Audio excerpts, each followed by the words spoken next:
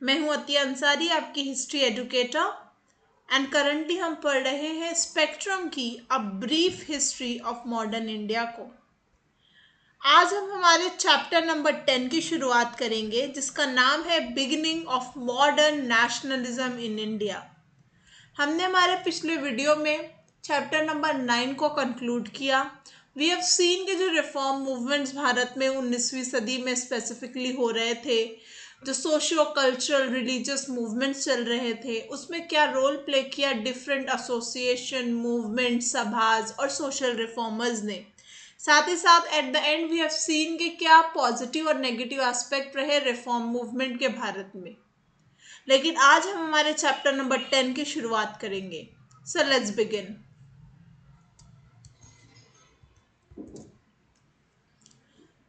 It is also the beginning of the unit number 5, जिसका नाम है the struggle begins. That means यहाँ से ऑफिशियली हम देखेंगे कि कैसे हम स्वतंत्रता की लड़ाई की जानिब बढ़ते जा रहे हैं, और जो स्ट्रगल है, the struggle to get the independence, अपने देश को आज़ाद कराने की जो स्ट्रगल है, यहाँ पे हमें पुरजोर नजर आएगी। इसमें हम दो चैप्टर्स देखेंगे इस यूनिट में, जो कि चैप्टर नंबर 10 है, जो कि आज हम करने वाले हैं। वो ऑफ कोर्स है beginning of modern nationalism in India की, कि कैसे भारत में नेशनलिज्म को परवान चढ़ता है। देन चैप्टर नंबर 11 में हम देखेंगे कि इंडियन नेशनल कांग्रेस, या फिर जिसे हम आईएनसी भी कहते हैं, उसकी फाउंडेशन कैसे होती है 1885 में, और कैसे उसका मॉडरेट फेज वर्क करता है, जो कि लास्ट करेगा 1885 से लेकर 1905 तक। और इसके बाद हम देखते हैं कि एक्सट्रीमिस्ट फेज आएगा, एंड इवेंचुअली 1920 1920s में हम देखेंगे कि गांधीयन एरा की शुरुआत होगी। बट ऑल ऑफ दैट हम देखेंगे हमारे चैप्टर नंबर 11 में। बट चैप्टर नंबर 10 में हम देखते हैं कि कैसे भारत में मॉडर्न नेशनलिज्म बढ़ता है। So let's begin our class for today. हमें समझने की जरूरत है कि जो ग्रोथ ऑफ नेशनलिज्म या फिर मॉडर्न नेशनलिज्म जो भारत में हुआ, उसके फैक्टर्स क्या थे, क्या रीजंस थे, क्या डिफरेंट वजूहात बनी जिसकी वजह से नेशनलिज्म इतना ग्रोथ करेगा भारत में।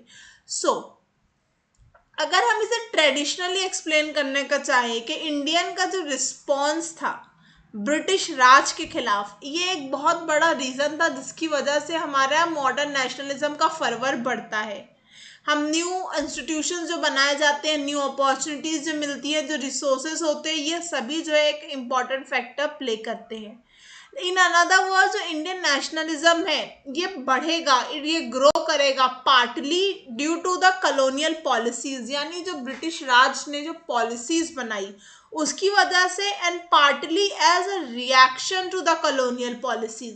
दैट मीन्स वो जो चीज़ें भारत के साथ कर रहे थे, उनकी पॉलिसी का जो असर हो रहा था, उसका रिएक्शन होगा, उसका जवाब होगा। सो बेसिकली उनकी policies is going to be the first, and policies का reaction is going to be the number 2 reason, जिसकी वजह से हम देखेंगे कितनी बड़ी तादाद में नेशनलिज्म जो है बढ़ जाता है। इनफैक्ट अगर हमको और करेक्टली हम इसे जज करना चाहे तो ये actually mix of various factors भी था। ऐसा नहीं था कि इन दोनों के सोल रीजंस थे।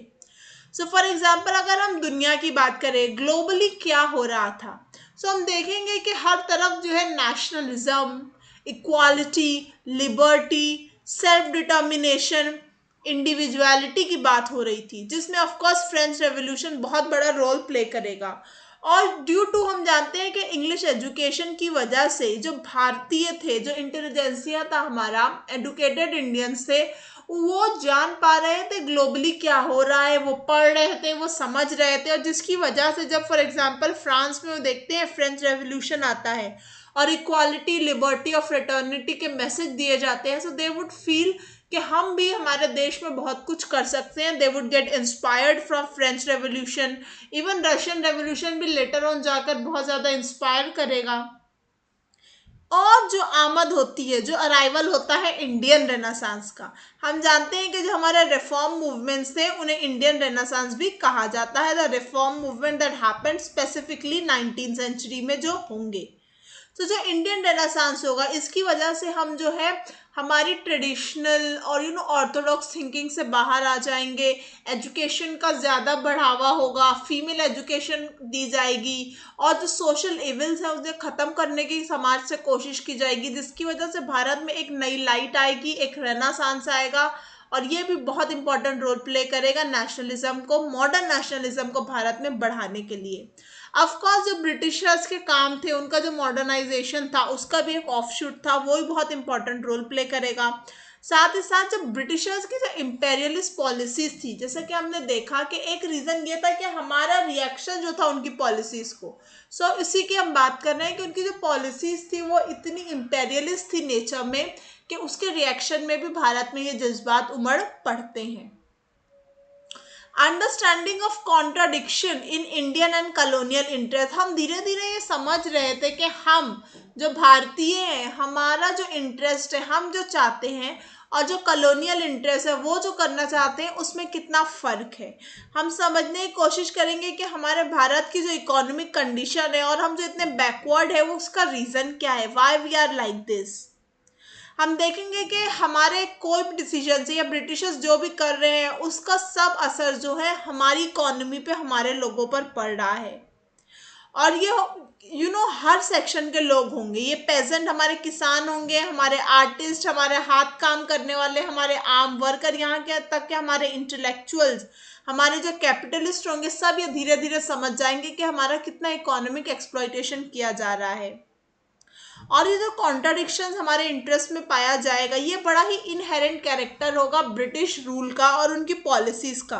और जितने भी कॉलोनियल रूल के दरमियान जो भी पॉलिसीज बनाएंगी, इसमें ये बहुत स्टार्क डिफरेंस नजर आएगा। अगर हम बात करें political, administrative and economic unification of the country की, तो ब्रिटिश रूल जब भारत में आता है, हम जानते हैं कि ये इंडियन सब कॉन्टिनेंट में फैला हुआ था। ये नॉर्थ में हिमालय से लेकर केप ऑफ कमोरिन जो कि साउथ में है, वहां तक फैला हुआ था। अगर हम ईस्ट की बात करें तो ये आसाम से शुरू होता था और खैबर पास जो कि अगेन हिमालयाज के हिस्से वेस्ट में, वहां तक जाता था। हम समझ सकते हैं कि ये इंडियन सब कॉन्टिनेंट को कितनी बड़ी तादाद में घेरे हुए था। और हम जानते हैं कि इतना बड़ा जो रूल है, ये जो इतना बड़ा एम्पायर है, ये इंडिया में किसी एक राजा का, इवन मौर्यंस का भी नहीं रहा, ना ही वो मुगल्स के वक्त रहा, जितना बड़ा ब्रिटिश ने क्रिएट कर लिया था खुद के लिए। अगर हम बात करें हमारे इंडियन प्रोविंसेस की, जो डायरेक्ट ब्रिटिश रूल में थे, और जो प्रिंसली स्टेट थे, दैट मीन्स जहाँ पे हमारे नेटिव राजा रूल करते थे, वो इनडायरेक्ट। हम जानते हैं कि ब्रिटिश के हाथ में कुछ टेरिटरीज डायरेक्टली थी और कुछ इनडायरेक्ट थे, दैट मीन्स वहाँ पर नाम के हमारे प्रिंसली के स्टेट के राजा रूल करते थे, बट इवेंचुअली सब्सिडरी अलायंस या डलहौजी की डॉक्ट्रिन ऑफ लैब्स, वन और द अदर वे से वो लोग इनडायरेक्टली भी कंट्रोल कर रहे थे, या फिर वो किंग मेकर्स बन गए थे, बट मोर और लेस पूरा एरिया उनके कंट्रोल में था। हम देखते हैं कि ब्रिटिशर्स जो है चीज़ों को बड़ा ही स्ट्रीमलाइन करेंगे। हम देखते हैं कि एक प्रोफेशनल सिविल सर्विस का पूरा यूनिट तैयार किया जाएगा, उनकी जो जुडिशरी होगी बड़ी यूनिफाइड होगी, साथ ही साथ कोडिफाई किया जाएगा, दैट मीन्स लिखित में सिविल और क्रिमिनल लॉज लिखे जाएंगे ताकि हर इंसान को सिमिलर ट्रीट किया जा सके। बट हम जानते हैं कि यहाँ पर भी जो यूरोपियंस या जो इंग्लिश होंगे उनके साथ अलग ट्रीटमेंट किया जाएगा और इंडियंस के साथ अलग किया जाएगा, बट देन टू यहाँ पे जो चीज़ें हैं वो कोडिफाई की गई थी। हम देखते हैं कि जो पूरा देश है उसे एक न्यू डायमेंशन दे दिया गया पॉलिटिकल यूनिटी का, साथ ही साथ यहाँ पे कल्चरल यूनिटी भी मिलती गई जो पहले एग्जिस्ट करती थी इंडिया में सेंचुरीज तक।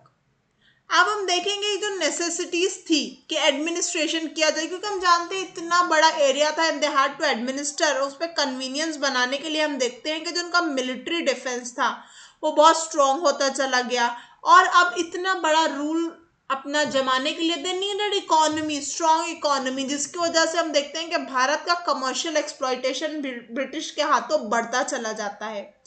और लेटर ऑन हम जाके दादा भाई नौरोजी की ड्रेन ऑफ वेल्थ थियोरी के जरिए और बेहतर तरीके से समझ पाते हैं कि किस तरीके से उन्होंने हमें इकोनॉमिकली एक्सप्लॉइट किया। अगर हम नेशनलिस्ट पॉइंट ऑफ हिस्ट्री से इसे समझने की कोशिश करें, सो जो प्रोसेस था यूनिफिकेशन का, भारत का जो यूनिफिकेशन एक तरीके से ब्रिटिश के अंडर हुआ था, वो टू फोल्ड था। और उसके इफेक्ट क्या थे? पहला तो ये था कि जो इकोनॉमिक थे लोगों के जो फेट था, वो जैसे काम करते थे डिफरेंट रीजन के, वो सब एक दूसरे से जुड़ गए। हम जानते हैं कि जो हमारे पहले विलेजेस होते थे वो सेल्फ सफिशिएंट होते थे, ठीक है। पहले जो हमारे विलेजेस होते थे वो सेल्फ सफिशिएंट होते थे, वहीं पर हर चीज होती थी, 12 बलूतेदार होते थे और काम वहीं पर खत्म हो जाता था। लेकिन अब जो इकोनॉमी है वो बहुत बढ़ जाएगी, हर कोई एक दूसरे से लिंक हो जाएगा। फॉर एग्जाम्पल, अगर एक जगह फेलियर ऑफ क्रॉप्स हो गया तो उसका अफेक्ट जो है, उसका जो नतीजा है, हमें दूसरी जगह पे सप्लाई के तौर पर नजर आएगा। पहले ये सेल्फ सफिशिएंसी थी भारत में हर एक गांव में, लेकिन लेटर ऑन जब वो लोग मोनोपोली हासिल कर लेंगे और एरिया स्पेसिफिक लोगों को क्रॉप्स करने दिया जाएगा या कोई भी काम दिया जाएगा, तो हम देखेंगे कि ये लिंकेज की वजह से हर कोई एक दूसरे से अफेक्ट होगा। देन बहुत इंपॉर्टेंट जो उनका इंट्रोडक्शन था, जो ट्रांसपोर्ट और कम्युनिकेशन का, जो रेलवेज लाई गई या कम्युनिकेशन में टेलीग्राफ जो लाया गया या और जो अलग कम्युनिकेशन की चीजें लाई गई, जो रोड्स बनाए गए, जो हाईवेज बनाए गए, उसकी वजह से है जो लोग करीब आ गए। स्पेशली अगर हम बात करें जो लीडर्स थे अलग अलग रीजन के, वो सब एकजुट आकर एक एक सोच के बारे में वर्क करने लगे। They started making organization. देखते ही देखते भारत के हर कोने के लोग एक दूसरे से जुड़ने लगे, वो अपने आइडियाज एक्सचेंज करने लगे, पॉलिटिकल साथ ही साथ मोबिलाइजेशन के लिए चीजें आसान हो गई। अगर आप कोई ऑर्गेनाइजेशन बनाना था तो आप किसी भी कोने से आकर अपनी हम सोच लोगों के साथ मिल सकते थे। ये एक बहुत इंपॉर्टेंट रोल प्ले करेगा नेशनलिज्म को बढ़ावा देने के लिए भारत में। हम नहीं इग्नोर कर सकते कि जो वेस्टर्न थॉट या फिर जो इंग्लिश एजुकेशन का इंट्रोडक्शन किया गया था वो कितना इंपॉर्टेंट रोल प्ले करेगा भारत में नेशनलिज्म बढ़ाने के लिए। क्योंकि हम जानते हैं इसकी वजह से क्या हो जाएगा, असिमिलेशन हो जाएगा। दैट मीन्स जो हम भी होंगे, जो इंडियंस होंगे, वो इंग्लिश एजुकेशन हासिल करके वेस्टर्न मॉडर्न आइडियाज में शामिल हो जाएंगे, उन्हें समझने लगेंगे और इसकी वजह से भारत को एक नई दिशा मिल जाएगी। हम बेहतर पॉलिटिकल थिंकिंग की तरफ चले जाएंगे और ये जो इंग्लिश सिस्टम ऑफ एजुकेशन होगा, इसकी वजह से education had been conceived by the rulers in the self interest of efficient administration। और अगर हम यहाँ पर ये सोचते हैं कि इंग्लिश एजुकेशन ब्रिटिशर्स के जरिए इसलिए इंट्रोड्यूस किया गया था ताकि इंडिया में बेहतरी हो या फिर हम दुनिया से कनेक्ट हो, तो ऐसा नहीं है। उनका पर्सनल रीजन था और ये था कि they wanted to create a class of clerk और क्लास ऑफ ऑफिशियल्स जो उनके लिए एफिशिएंट एडमिनिस्ट्रेशन में काम करे। उनका ये मकसद नहीं था कि हम बेहतरी की तरफ जाएं या दुनिया से मिले, लेकिन नॉनदलेस उसकी वजह से हमें बहुत सा डिफरेंस देखने को मिलता है। हम देखते हैं कि जो दुनिया के अलग अलग थिंकर्स, लिबरल रेडिकल जो थॉट होंगे यूरोपियन राइटर्स के, वो हमारे इंग्लिश एजुकेटेड जो यूथ होगा वो उसे जानने लगेगा। हम देखेंगे कि भारत ने Milton, Shelley, John Stuart Mill, Rousseau, Paine, Spencer, Voltaire जैसे great philosophers, writers and poet के काम पढ़े जाएंगे, उनके आइडियोलॉजी समझी जाएंगी और ये एक नया दौर पैदा कर देगा, एक रैशनल थिंकिंग का, इंडिविजुअलिटी का। हम इक्वालिटी की बात करेंगे, हम चीज़ों को समझने लगेंगे और हमने एक modern national secular democratic nationalist idea की परवान चढ़ेगा। इंग्लिश लैंग्वेज को हम बिल्कुल भी नज़रअंदाज नहीं कर सकते क्योंकि ये बहुत ज़्यादा इंपॉर्टेंट रोल प्ले करेगा, न सिर्फ कम्युनिकेट करने में ब्रिटिशर्स के साथ या दूसरों के साथ, बल्कि जो हमारे उस वक्त की यूथ होगी वो बड़ी फ्रिक्वेंटली इंग्लैंड जाएंगे। इवन उनकी जो हायर एजुकेशन होगी वो वहाँ से हासिल करेंगे। उसके बाद वहाँ पर वो जो कंडीशन देखेंगे पॉलिटिकली या सोशली, उससे बहुत इंस्पायर होंगे and they would want to do something similar at their homeland. हम देखते हैं कि जो ever expanding English educated class थी भारत में, वो फॉर्म करेगी मिडिल क्लास इंटेलिजेंसिया, जो कि हम जानते हैं कि लेटर ऑन जाके इंडियन पॉलिटिकल एसोसिएशंस बनाएंगे और आईएनसी का जो मॉडरेट फेस होगा वो प्रीडोमिनेंटली उनसे ही भरा होगा। हम जानते हैं हर वक्त में जो जर्नलिज्म है या जो प्रेस है या फिर जो हमारा साहित्य है, लिटरेचर है, उसकी वैल्यू बहुत ज़्यादा है। वो लोगों में नई सोच जगाने के लिए बहुत इंपॉर्टेंट रोल प्ले करते हैं। हम देखते हैं कि 19वीं सदी के जो दूसरा हिस्सा था, यहाँ पर इंडियन ओन्ड इंग्लिश और साथ ही साथ वर्नाकुलर न्यूज़पेपर्स का इतना ज़्यादा तरक्की होती है और इतने नंबर्स में वो सामने आते हैं कि लोगों में कोई भी थॉट को, पब्लिक ओपिनियन को मासेस तक पहुंचाना काफ़ी आसान हो जाता है, क्योंकि यहाँ पर वर्नैकुलर लैंग्वेज में भी होंगे, दैट मीन्स हमारी आम रीजनल जबानों में। लेकिन हम देखते हैं कि इससे ब्रिटिशर्स घबरा जाएंगे और ये वर्नैकुलर प्रेस एक्ट पास करेंगे, जिसकी वजह से वो बहुत रेस्ट्रिक्शन लगाने की कोशिश करेंगे, ताकि जो उनकी बुराइयां हैं या जो उनके काम है, मिसमैनेजमेंट है, जो इल प्रैक्टिसेस वो कर रहे हैं, वो हर किसी को पता न चल पाए। हम देखेंगे कि 1877 में देर वर ऑलमोस्ट 169 न्यूज़पेपर जो पब्लिश होते थे वर्नैकुलर लैंग्वेज में, और उनका सर्कुलेशन जो था वो नेबरहुड में मिलाकर ऑलमोस्ट 1 लाख उनका सर्कुलेशन था। And this was a pretty good number अगर हम 19th सेंचुरी के एंड की बात करें। ये जो प्रेस होगी ये क्रिटिसाइज करेगी और ये बहुत फ्रीली वर्क करेगी, वो ऑफिशियल पॉलिसीज को क्रिटिसाइज करेंगे, वो लोगों को एकजुट होने के लिए आवाज़ देंगे, साथ ही साथ जैसे मैंने आपको कहा मॉडर्न आइडियाज़ को, हमारा डेमोक्रेसी, सिविल राइट और भारत में इंडस्ट्रियलाइजेशन जैसे अहम मुद्दों पर वो लोगों को एकजुट करने की कोशिश करेंगे, मोबिलाइज करने की कोशिश करेंगे। फिर न्यूज़पेपर के बाद हम देखते हैं कि जर्नल, पैम्फलेट या बुक्स वगैरह ही बहुत बड़ी तादाद में लिखी जाने लगेंगी, जिसकी वजह से नेशनलिस्ट लीडर्स को भी काफ़ी आसानी हो जाएगी अपने पॉइंट ऑफ व्यू को लोगों तक पहुंचाने के लिए। एक और जो पॉइंट हम देखते हैं कि भारत में नेशनलिज्म को बढ़ाने में इंपॉर्टेंट रोल प्ले करेगा, वो होगा रीडिस्कवरी ऑफ इंडियाज पास्ट। जैसे कि हम देखेंगे कि बहुत सारे रिसर्चर्स, बीट यूरोपियन स्कॉलर जैसे कि मैक्स मुलर, मोनिया विलियम, रॉथ, सैसून, या फिर अगर हम इंडियंस की बात करें उसमें बहुत इंपॉर्टेंट होंगे आर.जी. भंडारकर, R.L. मित्रा, स्वामी विवेकानंद या फिर बाल गंगाधर तिलक भी। ये सब जो है भारत के उस पास्ट को, उस ग्लोरी को बताने की कोशिश करेंगे और लोगों में कॉन्फिडेंस वापस लाने की कोशिश करेंगे। वो लोग बताएंगे कि जो क्या हमारा भारत था, वो एंशियंट इंडिया में हमारी क्या सिचुएशन थी, हमारा कितना रिच हेरिटेज है, कैसे हम फ्लरिश करते थे दुनिया में, आर्ट्स में, कल्चर में या फिर लिटरेचर में, और कैसे अलग अलग देश से लोग भारत में आया करते थे to get knowledge, to get education.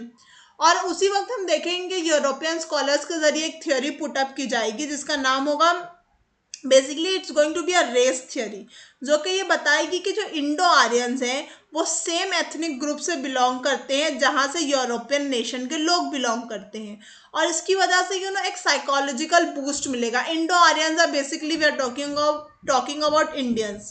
सो जब ये पता चलेगा कि इंडो आर्यंस और यूरोपियंस जो है दोनों एक ही एथनिक ग्रुप से, यानी एक ही ग्रुप से बिलोंग करते हैं, दोनों के पूर्वज एक ही है, तो ये एक तरीके का साइकोलॉजिकल बूस्ट देगा हमारी जो एडुकेटेड इंडियंस होंगे, और उनमें एक सेल्फ रिस्पेक्ट बढ़ जाएगी, एक कॉन्फिडेंस बढ़ेगा, और वो अपनी भारत की हिस्ट्री पर फख्र महसूस करेंगे, और वो एक जज्बा आ जाएगा कि we are not less than anyone else. और ये जो जज्बा होगा टू वॉक अहेड और अपना हक लेना, वो काफ़ी मददगार साबित होगा with regard to the development of nationalism in India.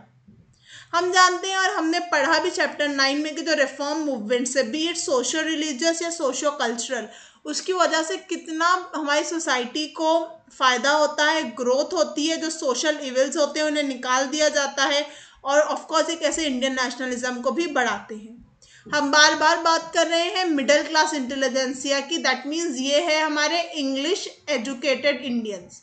We are talking about English educated Indians जो कि वेस्टर्न एजुकेशन लेंगे, और ये बेसिकली हमारे टाउन्स में रहने वाले लोग होंगे। और ये जो नई मिडिल क्लास बनेगी ये अलग अलग बैकग्राउंड से होंगे, सबका बैकग्राउंड अलग होगा, ये भारत के अलग अलग हिस्से से आएंगे, लेकिन इन सबको जो एक कॉमन फोरग्राउंड मिलेगा, दैट मीन्स जो उनकी नॉलेज, आइडिया और वैल्यू होगी जो वो वेस्टर्न एजुकेशन से हासिल करेंगे वो काफ़ी सिमिलर होगी।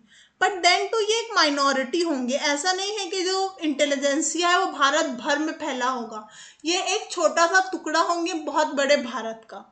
और ये क्लास जो होगी ऑफकोर्स इनकी प्रोमिनेंसी उनकी एजुकेशन की वजह से होगी, और उन्हें एक समाज में एक नई पोजीशन भी मिलेगी। उनके जो टाइज हैं, उनके जो रिश्ते हैं वो रूलिंग क्लास के साथ बढ़ते जाएंगे, और हम देखते हैं कि यही होंगे इंडियन नेशनल कांग्रेस की पहली लीडरशिप। जैसा कि हमने शुरू में ही जब वी वर सीइंग कि कौन से अलग अलग फैक्टर्स है जिसकी वजह से नेशनलिज्म बढ़ रहा है, तो हमने देखा था कि ग्लोबली जो चीज़ें होंगी वर्ल्ड में जो चीज़ें होंगी उसका बहुत बड़ा इम्पैक्ट पड़ेगा भारत में भी। जैसे कि हमने फ्रेंच रेवोल्यूशन और रशियन रेवोल्यूशन की बात की, हम देखते हैं कि दुनिया भर में जो अलग अलग नेशंस होंगे on the ruins of Spanish and Portuguese empire, जैसे कि अगर हम साउथ अमेरिका की बात करें, या फिर नेशनल लिबरेशन के जो मूवमेंट चलाए जाएंगे ग्रीस इटली में, या फिर अगर हम आयरलैंड की बात करें, तो इन सब चीज़ों की वजह से भारत में लोग बहुत इन्फ्लुएंस होंगे। उन्हें ऐसा लगेगा कि अगर दुनिया में अलग अलग लोग अलग अलग कॉलोनियल पावर्स और इम्पेरियल ताकत के खिलाफ आवाज़ उठा सकते हैं और अपने हक के लिए लड़ सकते हैं, तो व्हाई नॉट इंडियंस। और this why not is going to help us a lot, और हम आगे बढ़ेंगे। ऑफकोर्स हम जानते हैं कि जो पूरा ब्रिटिश रूल रहा है, जो ब्रिटिश राज रहा है, वो भरा हुआ था रेशियल एरोगेंस के साथ, और इसका रिएक्शन हमें भारतीयों की तरफ से भी मिलेगा। हम देखते हैं कि जो एक वाइट सुप्रेमेसी या वाइट सुपीरियोरिटी भरी होगी ब्रिटिशर्स की हर पॉलिसी, हर एक्ट में, उसकी वजह से जो इंडियंस होंगे वो बहुत उकता जाएंगे, वो बहुत सप्रेस फील करेंगे, and finally they would feel कि अब तो वो नहीं सह सकते। हम देखते हैं कि जो ब्रिटिशर्स हैं वो बड़ी एक्टिवली डिस्क्रिमिनेट करेंगे और सेग्रीगेट करेंगे, हमारे साथ बुरा सलूक करेंगे, नाजायज हमारे साथ वाक़े होंगे, but we are going to be just undermined by them, और इसकी वजह से of course Indians are going to be feel very hurt. जो लॉर्ड लिटन होंगे, जो कि एक ब्रिटिश ऑफिसर होंगे, उनकी बड़ी रिएक्शनरी पॉलिसीज होंगी। जैसे कि हम देखते हैं कि वो क्या करेंगे, जो मैक्सिमम एज है ICS exam, that means Indian civil services exams, okay, modern day IAS, उसकी जो मिनिमम मैक्सिमम एज होगी कि आप एग्जाम दे सकते हैं, just imagine, maximum age was 21 years, उसे कम करके 19 years, I am not talking about minimum age, maximum age 19 साल कर दी गई थी 1876 में, और ये सिर्फ इंडियंस के लिए किया गया था। So this is going to hurt और anger the Indian educated class, और वो इसके खिलाफ आवाज उठाएंगे। हम देखते हैं कि भारत में बहुत बुरा फेमीन आया होगा, भुखमरी होगी, बहुत बुरा सूखा पड़ा होगा, और हम देखते हैं उसी सूखे के दरमियान दिल्ली दरबार लगाया जाएगा, उनके क्वीन की आमद पर बहुत बड़ी दावत की जाएगी 1877 में, जब पूरा देश भूख से और सूखे से जूझ रहा होगा। इसकी वजह से लोगों में और स्पेशली मासेस में इतना गुस्सा फैल जाएगा कंपनी के खिलाफ। हमने वर्नैकुलर प्रेस एक्ट की बात की, जो 1878 में लगाया जाएगा, जिसके जरिए जो हमारी आम रीजनल लैंग्वेजेस थी, उनके जो प्रेस थे, अखबार थे, उन पर कैसे कैसे रेस्ट्रिक्शन लगाए गए। इस एक्ट को भी बहुत बड़ी तादाद में लोगों का गुस्सा और विद्रोह का सामना करना पड़ेगा।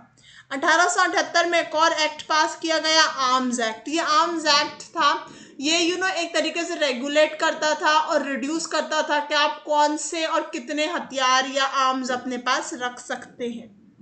Basically they were trying to monopolize that also, and जो पावर थी और जो ताकत थी वो दूसरों के हाथ में देने की कोशिश की जा रही थी।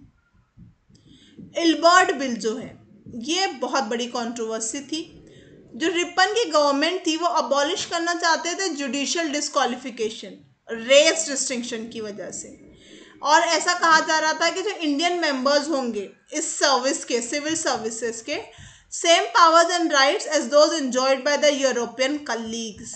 सी, अब जुडिशरी में ऐसा था कि जो इंडियंस थे, जो जुडिशरी में थे, एग्जाम्स पास करके जा चुके थे, उन्हें इक्वल राइट नहीं दिया जा रहा था उनके कलीग्स जो के राइट्स ले पा रहे थे, जो यूरोपियन थे। तो इल्बर्ट बिल के जरिए इस बात की मांग की गई कि regardless of whoever is in that service, European और इंडियन इक्वल राइट मिलने चाहिए, और ये बहुत बड़ी कंट्रोवर्सी बनेगी। लेटर ऑन हम देखते हैं कि बिल को मॉडिफाई किया गया था और उसका जो ओरिजिनल पर्पस था वो डिफीट हो गया था। इट बिकेम क्लियर, जो हमारे नेशनलिस्ट थे, कि उन्हें क्लियर हो गया कि जस्टिस और फेयर प्ले जो है यूरोपियन से एक्सपेक्ट नहीं किया जा सकता। हाउएवर एजिटेशंस जो है बढ़ती जाएंगी, और हम देखते हैं कि यूरोपियंस को eight the and Ilbert bill को रिवोक करना पड़ेगा, वापस लेना पड़ेगा। और जो उनकी डिमांड्स हैं, nationalist how to agitate for certain rights and demands, इससे भारतीयों ने क्या सीखा कि कैसे अपनी बात उनके सामने रखनी है, एजिटेट करना है, और कैसे बगावत करके अपनी चीज़ें हासिल करनी है। हम जानते हैं कि भारत की आज़ादी की जो लड़ाई है उसमें इंडियन नेशनल कांग्रेस आईएनसी ने कितना बड़ा रोल प्ले किया, लेकिन ऐसा नहीं है कि आईएनसी पहली पॉलिटिकल ऑर्गेनाइजेशन थी भारत में। भारत में बहुत सी पॉलिटिकल एसोसिएशन थी बिफोर इंडियन नेशनल कांग्रेस की स्थापना के। That mean I am talking about कि 1885 से पहले भी बहुत सी पॉलिटिकल एसोसिएशन भारत में थी। सो हम ब्रीफली उनके बारे में जानने की कोशिश करेंगे कि वो कौन सी एसोसिएशन थी। ठीक है। Through long petitions to the British parliament most of them demanded, जो मोस्ट ऑफ दी हमारी एसोसिएशन थी वो पेटिशंस करेंगी, वो अर्ज करेंगी, वो लेटर्स लिखेंगी, they are going to demand किन से, ब्रिटिश पार्लियामेंट से अपने राइट्स के बारे में। सो किस चीज़ की बात करेंगे, दे वुड टॉक अबाउट कि एडमिनिस्ट्रेशन में रिफॉर्म्स की ज़रूरत है, दे वुड टॉक कि कैसे भारतीयों का एडमिनिस्ट्रेशन का हिस्सा बनाया जाना चाहिए, दे वुड आस्क कि एजुकेशन का और बढ़ावा हो। और ये जो पॉलिटिकल एसोसिएशन है second half of 19th century के आते आते इंक्रीजिंगली डोमिनेट हो जाएंगी हमारी एजुकेटेड मिडिल क्लास के साथ, जो कि होंगे लॉयर्स, जर्नलिस्ट, डॉक्टर्स, और यही आगे बढ़कर जाकर आईएनसी का रूप ले लेगा इवेंचुअली। लेट्स सी कि क्या थे पॉलिटिकल एसोसिएशन। तो हम बात करेंगे पहले बंगाल प्रेसिडेंसी की। तो very famous, one of the very first, the बांग भाषा प्रकाशिका सभा, ये 1836 में बनाई जाती है। और यहाँ पर ट्रिक क्वेश्चन आता है कि ये राजा राम मोहन रॉय के जरिए नहीं स्थापित की गई है, उनके एसोसिएट्स के जरिए बनाई गई है। So here the key word is associates. Then एक जमींदारी एसोसिएशन बनाई जाएगी जो बेसिकली उसका मीनिंग होगा लैंड होल्डर सोसाइटी। ऑफकोर्स ये लैंड लॉर्ड्स के बारे में बात करेगी क्योंकि ये उन्हीं के जरिए बनाई गई एक सोसाइटी है। वो लोग अपनी पॉलिटिकल एक्टिविटी करेंगे, कॉन्स्टिट्यूशनल एजिटेशन के जरिए अपने जो भी दुख और प्रॉब्लम्स है उसे ब्रिटिशर्स के सामने रखने की कोशिश करेंगे। बंगाल में ही हम देखते हैं the Bengal British India society found की जाएगी 1843 में। ठीक है। And what they would do, ये क्या करेंगे कि भारत में जो कंडीशन है, ब्रिटिश इंडिया के जो हालात हैं, वो उसे ब्रिटिशर्स के सामने रखने की कोशिश करेंगे। ये बड़े ही पीसफुल और लॉफुल तरीके से काम करेंगे, लोगों की वेलफेयर का काम करेंगे, अपने हक के लिए आवाज़ उठाएंगे। हम देखते हैं लेकिन 1851 आते आते जो ज़मींदारों की एसोसिएशन थी, that is the land holders society, वो और बंगाल ब्रिटिश इंडियन सोसाइटी जो है ये मर्ज हो जाएंगी, जुड़ जाएंगी और एक नई सोसाइटी बनाई जाएगी। एसोसिएशन का नाम होगा ब्रिटिश इंडियन एसोसिएशन।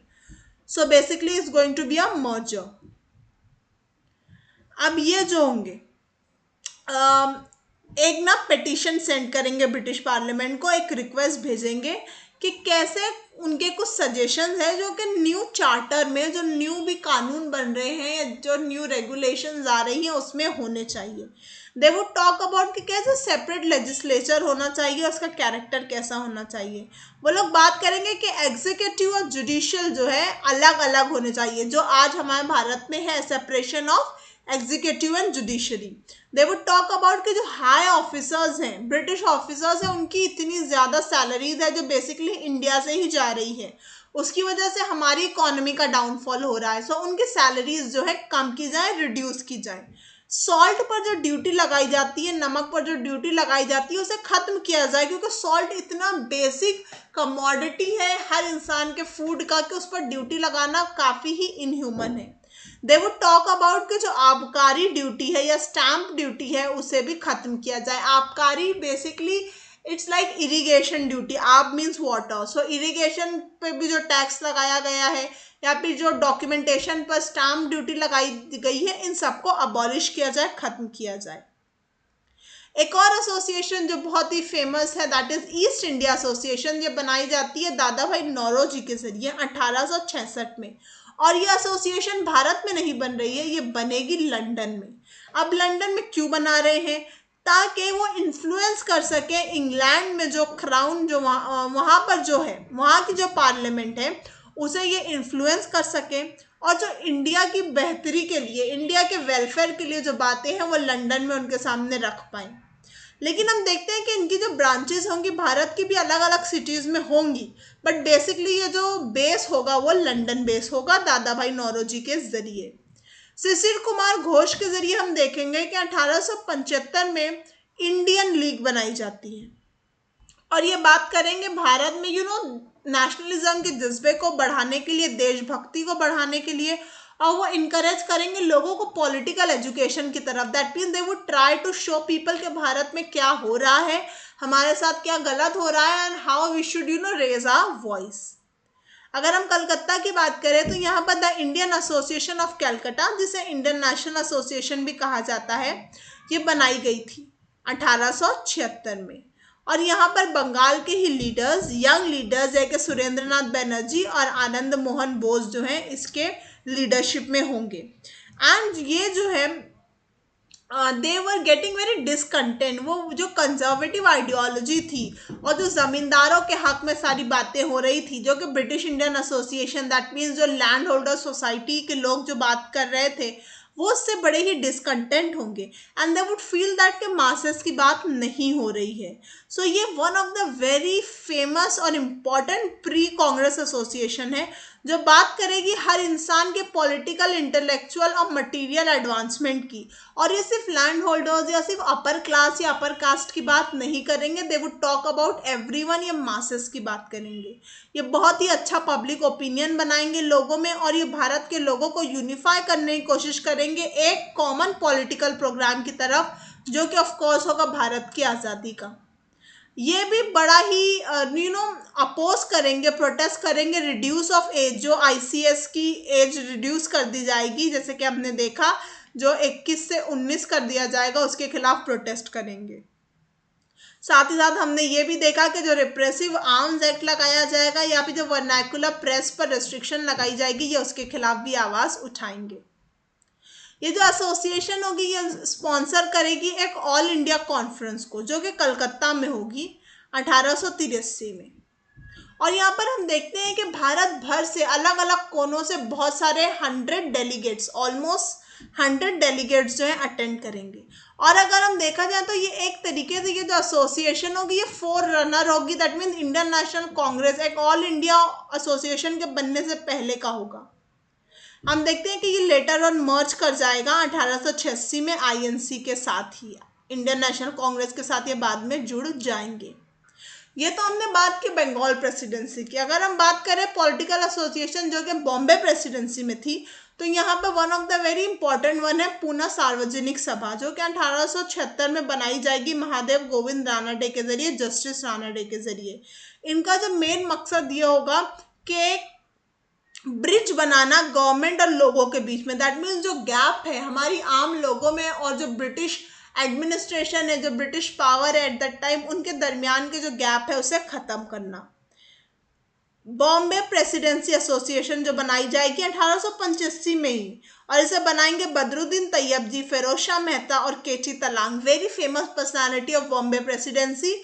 और ये association in the same year बनाई जाएगी जब आईएनसी का स्थापना किया जाएगा। अगर हम मद्रास की बात करें तो यहाँ का बहुत इंपॉर्टेंट जो सभा होगी जिसका नाम होगा द मद्रास महाजन सभा, ये कांग्रेस से 1 साल पहले 1884 में बनाई जाएगी। और इसके लीडर होंगे बी सुब्रमण्यम अय्यर, पी आनंद चरलू और एम विरार्घवाचारी, ये तीनों जो है मिलकर मद्रास महाजन सभा का स्थापना करेंगे।